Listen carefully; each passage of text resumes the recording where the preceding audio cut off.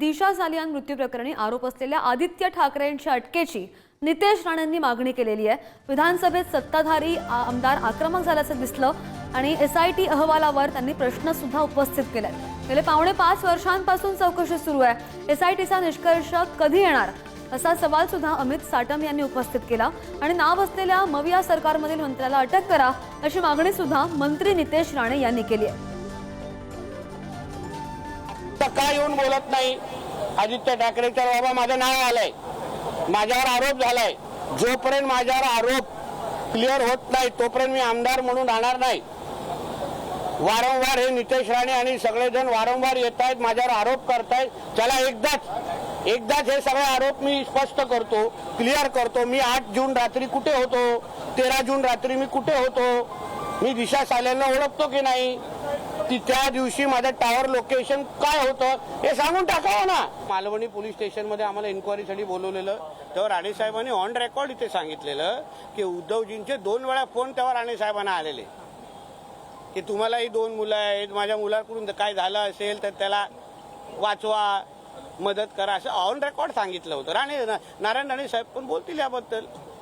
8 जून 2020 ची घटना, डिसेंबर 2022 मध्ये एसआयटी नेमली अध्यक्ष महाराज। आता आपण मार्च 2025 मध्ये आहोत। साधारणतः घटना होऊन 5.5 वर्ष झालेली आहेत, अजूनही एसआयटी चौकशी करते असं ते म्हणतायत। किती दिवसांमध्ये एसआयटीचा निष्कर्ष आणि अहवाल हा जनतेच्या समोर आणणार अध्यक्ष महाराज, हा माझा थेट प्रश्न आहे। किती दिवसांमध्ये एसआयटीचा अहवाल आणि निष्कर्ष हा जनतेच्या समोर मांडणार, हा माझा थेट प्रश्न आहे अध्यक्ष महाराज। मंत्री महोदय नितेश राणे साहेब ज्याप्रमाणे सन्माननीय राज्यमंत्री महोदयांना सांगतायत त्याच्याशी मी सहमत आहे।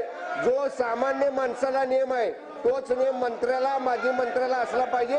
मंत्री महोदयांनी त्यातल्या आरोपीला तात्काळ अटक करावी, अटक करून त्याची चौकशी करावी अध्यक्ष महाराज। सदर प्रकरणाची चौकशी एसआयटी मार्फत ही सध्या अजूनही चालू आहे। अहवाल अजूनपर्यंत प्राप्त नाही ही वस्तुस्थिती आहे, परंतु सदर चौकशी ही अजून गतीने केली जाईल। अध्यक्ष महोदय जे काही विक्टीम होत्या त्यांचं सुसाईड झालं असं त्यांचं अगोदर म्हणणं होतं, परंतु नंतर आता प्रसार माध्यमांच्या माध्यमातून जी काही माहिती समोर येत आहे की त्यांचे वडील जे आहेत ते त्यांनी कोर्टामध्ये याचिका दाखल केलेली आहे। त्या याचिकेमध्ये त्यांनी ज्या गोष्टी म्हटलेल्या आहेत त्या आपल्याकडे प्राप्त झाल्याच्या नंतर त्यानुसार कोर्टाच्या मार्गदर्शनानुसार आम्ही ती कारवाई करू। गंभीर असे आरोप केलेले आहेत। या प्रकरणासंदर्भात डिसेंबर 2022 मध्ये राज्य सरकारने एसआयटी नेमली होती। या एसआयटीची चौकशी कुठपर्यंत आली, या चौकशीचा निष्कर्ष काय आहे हे लवकरात लवकर महाराष्ट्राच्या, देशाच्या आणि जगाच्या समोर आलं पाहिजे। याच्यात दूध का दूध आणि पाणी का पाणी झालं पाहिजे। खरं काय आहे ते जनतेच्या समोर यायला पाहिजे आणि जे या मृत्यूला दोषी असतील, कोणीही असतील, कितीही तो मोठा व्यक्ती असेल तरी त्याला त्या ठिकाणी शिक्षा झालीच पाहिजे।